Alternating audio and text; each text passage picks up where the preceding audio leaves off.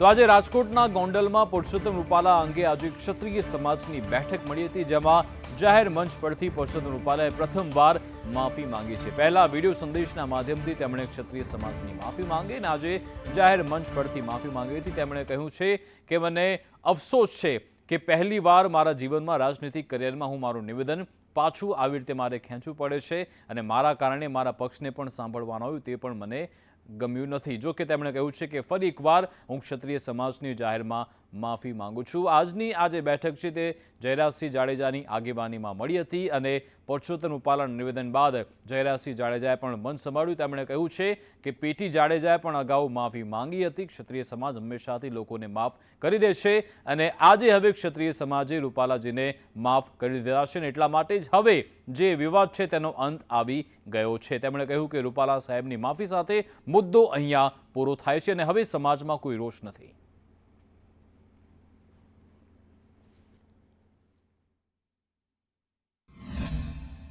મિત્રો, મને એક વાતનો એવડો મોટો રંજ છે કે મારી જીભથી આ વાક્ય નીકળ્યું। મારી આખી લાઈફમાં મેં કોઈ નિવેદન કર્યું હોય અને એને પાછું ખેંચ્યું હોય એવો રેકોર્ડ નથી। મારી આખી લાઈફમાં આવો રેકોર્ડ નથી। આજે એક ચૂંટણીની અને એ બી અનાયોજિત કાર્યક્રમ, કોઈ કાર્યક્રમ પણ નહોતો। અમે તો કાર્યક્રમો બંધ કરીને કરશનદાસ સાગઠિયાના ભજન છે એની હાટુથી મેં ગયા હતા। એવો કાર્યક્રમ એ કાંઈ કામનો નહોતો। એમાં મારા થયેલા ઉચ્ચારણથી આજે મારી પાર્ટીને મારા કારણે સાંભળવાનો વારો આવ્યો। જયરાજસિંહજી, એનીથી મોટો અફસોસ કે દુઃખ બીજી કોઈ વાતનું નથી। હું મારા માટે નહીં સાહેબ શબ્દ વાપરું છું, સમજીને વાપરું છું, ક્ષત્રિય સમાજની સભામાં વાપરું છું, જયરાજસિંહના અધ્યક્ષ સ્થાને મળેલા બધા મહાનુભાવોની ઉપસ્થિતિમાં બોલું છું કે મારી પાર્ટીને મારા કારણે સાંભળવાનું થયું છે। મિત્રો, હું આ સમાજ પાસે બે હાથ જોડીને માફી માંગુ છું। રૂપાલા સાહેબે આજે એના નિવેદનની અંદર ફરીથી ક્ષત્રિય સમાજની માફી એકવાર નહીં 2 વાર માગી લીધી। મને લાગે છે કે આજે વિષય પૂરો થાય છે। ક્ષત્રિય સમાજે 2 હાથ ઊંચા કરીને માતાજીની સાક્ષીએ રૂપાલા સાહેબને ટેકો જાહેર કરી દીધો છે। રૂપાલા સાહેબ પણ આજના કાર્યક્રમ પછી સંતુષ્ટ છે અને ક્ષત્રિય સમાજને રૂપાલા સાહેબની ભાષણ પછી અને અમારા બધાની સમજાવટ પછી સમાજને પૂરો સંતોષ છે। એટલે કોઈ રોષ જેવી બાબત હવે આ ક્ષેત્રમાં રહી નથી। માત્ર ને માત્ર સોશિયલ મીડિયાવાળા મિત્રો જે ઉછળકૂદ કરે છે એને કહું છું, જેને આ કાર્યક્રમ ગમ્યો નથી એને કહું છું, મને વહેલી તકે બોલાવે અથવા તો મને મળવા આવે એટલે દૂધ ને પાણી થઈ જાય। આ વિવાદનો અંત અહીંયા જાહેર જ કરવામાં આવે છે। જે નરિયા તરિયા વગરના આમથી આમ તો એમના માટા મારે છે એના વચ્ચેની વાત છે। આ વાત કોઈ સમાજને સ્પર્શ થતી નથી। તો ગુજરાત ભાજપ માટે આ વખતે કપરી સ્થિતિ ઊભી થઈ છે। વધુ એક સાંસદના વિરોધની શરૂઆત થઈ ચૂકી છે। પાટણ લોકસભા બેઠક પર ચૂંટણીનો રાજકીય રંગ જામ્યો છે, જેમાં ભાજપના ઉમેદવાર અને સાંસદ ભરતસિંહ સામે વિરોધ શરૂ થયો છે। તેમાં ભરતસિંહના ફોટા સાથે એક પોસ્ટ સોશિયલ મીડિયામાં વાયરલ થઈ છે। 5 વર્ષથી ખોવાયેલા કાકા મળી ગયાની પોસ્ટ વાયરલ થતા લોકોમાં ચર્ચા શરૂ થઈ છે। બંને રાજકીય પક્ષોના ઉમેદવારો પોતાના મતદારોને રીઝવવા માટે એડી ચોટીનું જોર લગાવી રહ્યા છે। ત્યારે પાટણ સાંસદ ભરતસિંહ અનેક મુદ્દાઓને લઈ અત્યારે ચૂંટણીમાં ઘેરાઈ રહ્યા છે। પહેલા તેઓ પોતાના ટકાવારીના નિવેદનને લઈ ઘેરાયા હતા, ત્યારે હવે પાટણ યુવાન દ્વારા ભરતસિંહ ડાભીને એક પોસ્ટ વાયરલ કરી જેમાં 5 વર્ષથી ખોવાયેલ કાકા મળી આવ્યા જેવા લખાણ કરી પોસ્ટ સોશિયલ મીડિયામાં વાયરલ કરતા રાજકીય ગરમાવો જોવા મળી રહ્યો છે। 5 વર્ષની અંદર છેલ્લે 2019ના ચૂંટણી પ્રચારમાં જોવા મળ્યા હતા, ત્યારબાદ હવે જોવા મળી રહ્યા છે। તેઓ પાટણના કોઈ પણ જાતનું કામકાજ થયેલ નથી। આ સિવાય પાટણમાં જે બસ સ્ટેન્ડ છે, બસ સ્ટેન્ડનું કામ તો ઘણા વર્ષોથી અટકી પડ્યું છે। પાટણનો પ્રાણ પ્રશ્ન એટલે જે આપણા હેરિટેજ સિટી પાટણ કહેવાય છે, તો પાટણની જે જૂની દિવાલો તેનું પણ ખંડિત થઈ રહી છે। સાબરકાંઠા ભાજપમાં કકડાટ વચ્ચે વિવાદ ઠારવા હર્ષ સંઘવીની અધ્યક્ષતામાં હિંમતનગર ખાતે 5 કલાક બેઠક યોજાઈ હતી। જો કે બંધ બારણે થયેલી ચર્ચા અંગે કોઈ ખાસ માહિતી જાહેર થઈ નથી। આ બેઠકમાં ખાનગી રીતે સેન્સ પ્રક્રિયા લેવાઈ હોવાની ચર્ચા છે.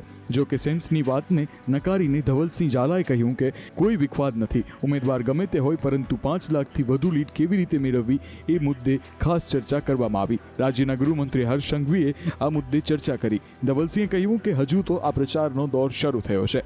હજુ ઘણા મંત્રીઓ આવશે, અહીં રેલીઓ અને સભાઓ પણ થશે. ઉમેદવાર બદલવાની કોઈ વાત નથી, આવી કોઈ ચર્ચા નથી, કાર્યકરોમાં કોઈ નારાજગી જેવું કંઈ જ નથી. મહત્વનું છે કે ધવલસિંહે કહ્યું કે અહીંના મતદારો પ્રધાનમંત્રીના ચહેરાને મત આપે છે. ઉમેદવાર ગમે તે હોય, પણ મત તો ભાજપને જ મળે છે.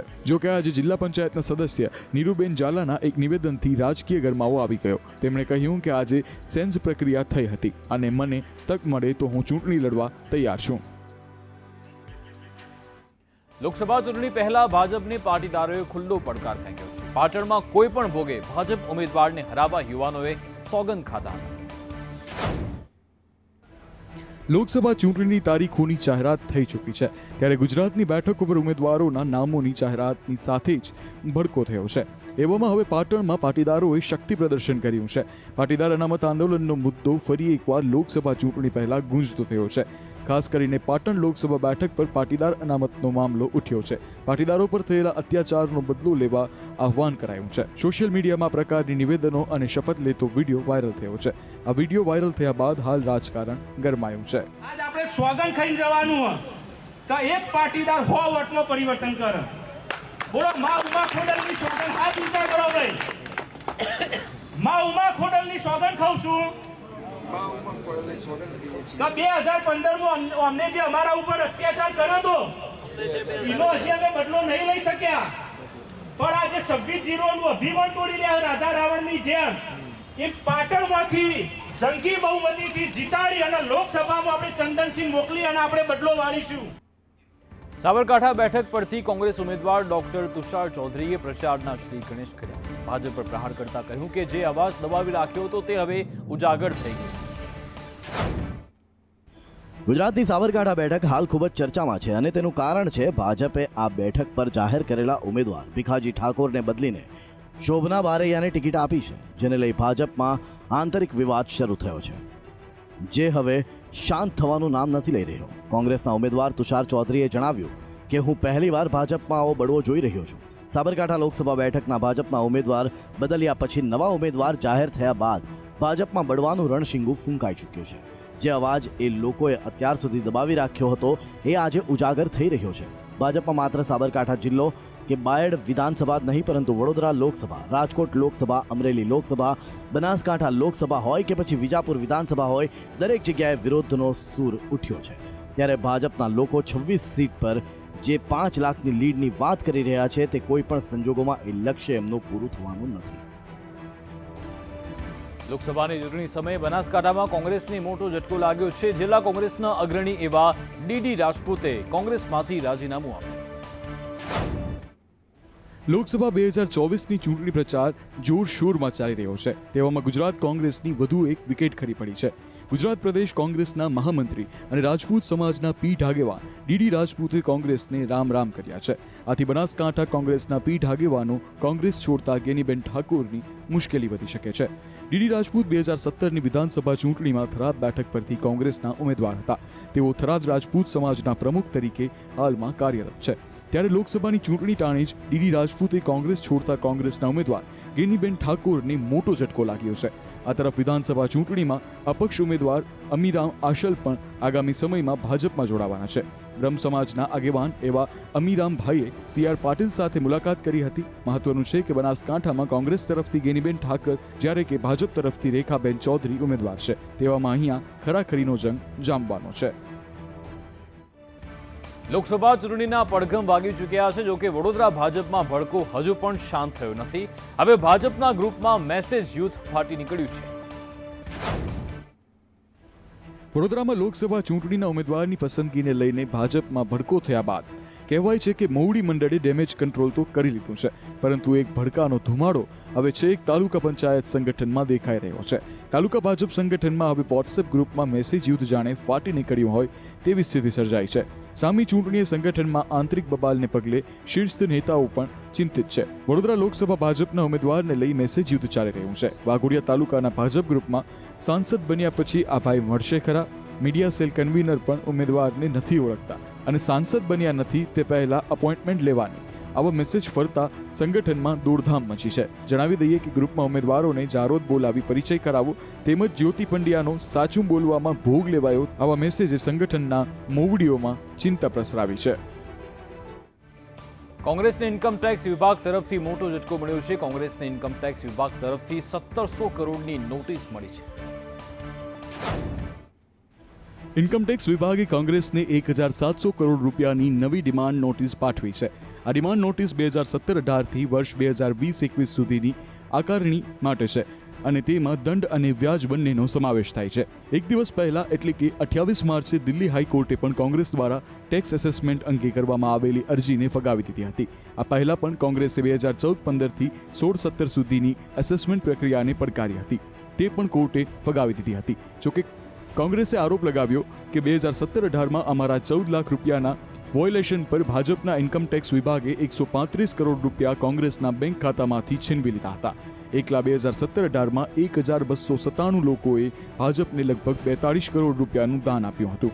ભાજપે માત્ર આ લોકોના નામ લખ્યા અને છોડી દીધા.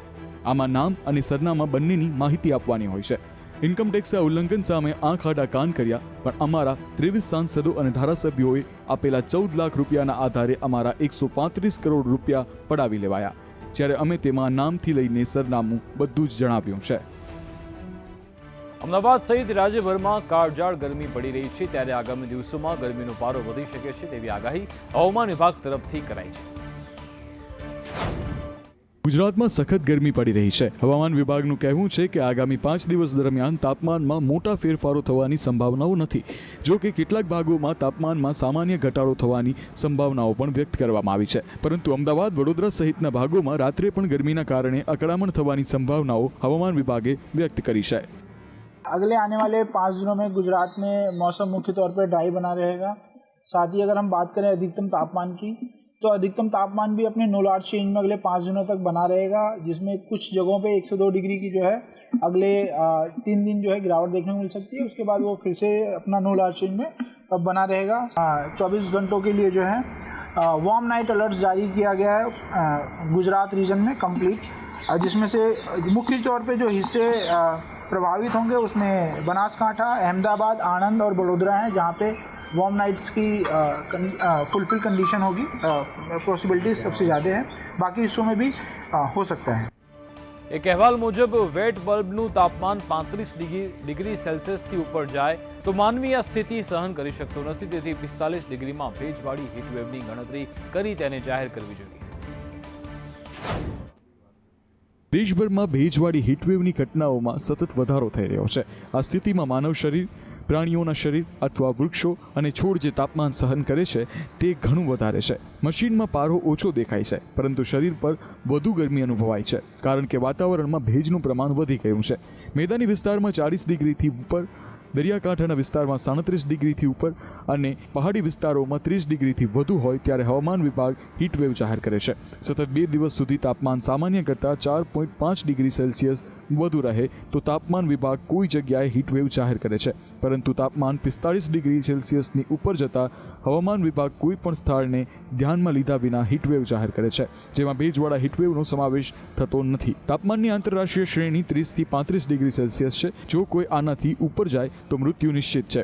જનરલ ઓફ એપ્લાઇડ ફિઝિયોલોજીના એક અહેવાલ મુજબ જો ઘનતા તાપમાન 35 ડિગ્રી સેલ્સિયસથી ઉપર જાય તો માનવી આ સ્થિતિ સહન કરી શકતો નથી. તેથી તે મહત્વનું છે કે ભેજવાળી હીટવેવની ગણતરી કરવી જોઈએ અને જાહેર કરવી જોઈએ. રાજ્યમાં વાતાવરણમાં ફરી એકવાર પલટો આવ્યો છે. ઉનાળામાં ચોમાસા જેવો માહોલ સર્જાયો. વરસાદને કારણે ખેડૂતોને પાક નુકસાનની ભીતિ છે. ગુજરાતમાં ઉનાળાની કાળઝાળ ગરમીની શરૂઆત થવામાં થોડા જ સમયની રાહ છે, ત્યારે આ પહેલા જ ડાંગ જિલ્લાના વાતાવરણમાં અચાનક પલટો આવ્યો છે. ખાસ કરીને સાપુતારામાં વિવિધ વિસ્તારોમાં જ્યાં ભારે બફારો હતો ત્યાં અચાનક વરસાદ પડતા વાતાવરણમાં ઠંડક પ્રસરી છે. ગિરિમથક સાપુતારા સહિત ડાંગ પંથકમાં આકાશમાં કાળા ડિબાંગ વાદળો ઘેરાતા ખેડૂતો ચિંતાતુર બન્યા હતા. જોકે પંથકમાં ઝરમર વરસાદી ઝાપટા પડતા ખેડૂતોમાં દોડધામ મચી હતી. તો બીજી તરફ ગિરિમથક સાપુતારા ખાતે વાદળછાયા અને ઠંડા વાતાવરણથી ખુશનુમા માહોલ પણ સર્જાયો હતો. આ તરફ વલસાડ જિલ્લામાં પણ વાતાવરણમાં પલટો આવ્યો હતો. વાપી અને વલસાડ ખાતે વાતાવરણમાં પલટા સાથે ઝરમર વરસાદ વરસ્યો હતો.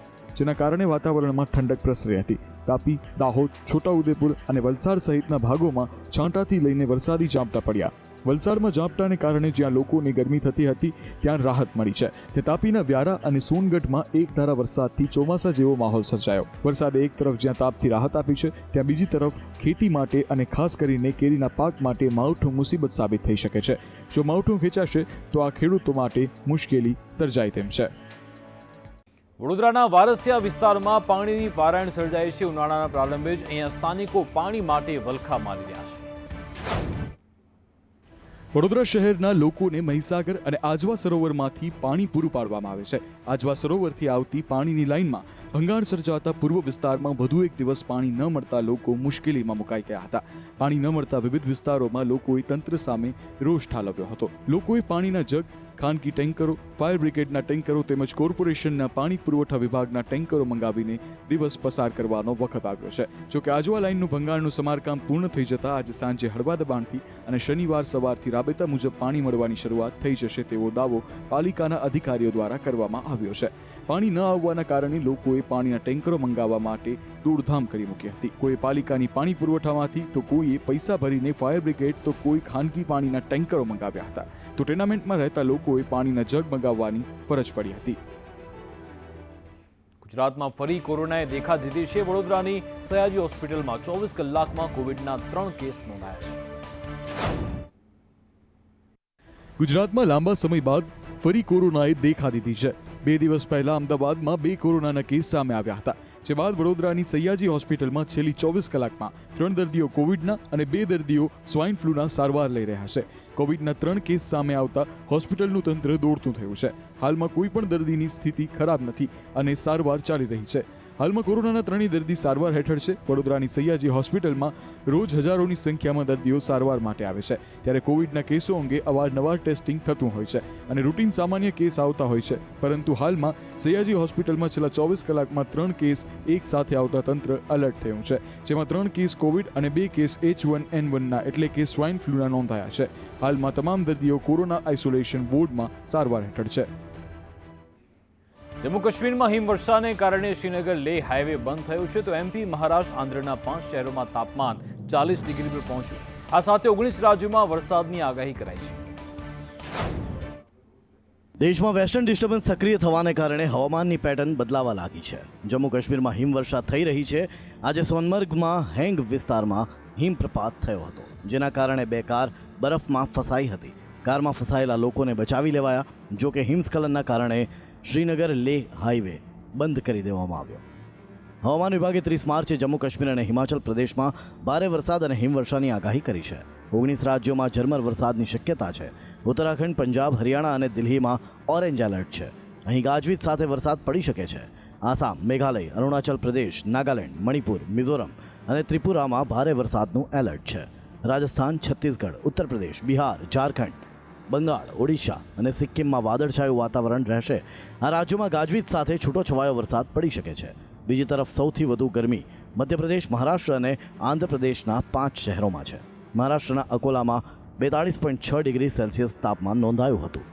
IMDએ 30 માર્ચે મધ્યપ્રદેશ, મહારાષ્ટ્ર, કર્ણાટક અને આંધ્રપ્રદેશના ઘણા ભાગોમાં હીટવેવ એલર્ટ જાહેર કર્યું છે. રાજકોટમાં પ્રદ્યુમન પાર્ક ઝૂ ખાતે 2 સફેદ વાઘનો જન્મ થયો છે. હવે સફેદ વાઘની સંખ્યા 10 થઈ ગઈ છે. ગુજરાતમાં સૌથી વધુ 10 સફેદ વાઘ રાજકોટમાં હોવાનું સામે આવ્યું છે. રાજકોટ પ્રદ્યુમન પાર્ક પ્રાણી સંગ્રહાલયમાં નર સફેદ વાઘ દિવાકર અને માદા વાઘણ ગાયત્રીના સંવનનથી ગર્ભાવસ્થા 105 દિવસ બાદ 2 સફેદ વાઘ બાળકોનો જન્મ થયો છે. આમ સફેદ વાઘણ ગાયત્રી અત્યાર સુધીમાં 12 બચ્ચાઓને જન્મ આપી ચૂકી છે અને આ સાથે જ પ્રાણી સંગ્રહાલયમાં સફેદ વાઘની સંખ્યા વધીને 10 થઈ છે, જેમાં 3 નર, 5 માદા અને 2 બચ્ચાનો સમાવેશ થાય છે.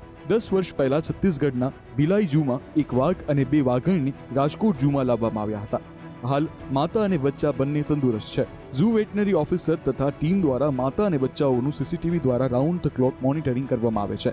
રાજકોટના પ્રાણી સંગ્રહાલયમાં હાલ 67 પ્રજાતિના 564 વન્ય પ્રાણીઓ અને પક્ષીઓ વસવાટ કરી રહ્યા છે. દર વર્ષે 7.5 લાખ જેટલા લોકો આ ઝૂની મુલાકાત લે છે. ત્યારે મુલાકાતીઓના આકર્ષણ રૂપે સફેદ વાઘની સંખ્યામાં વધારો થયો છે.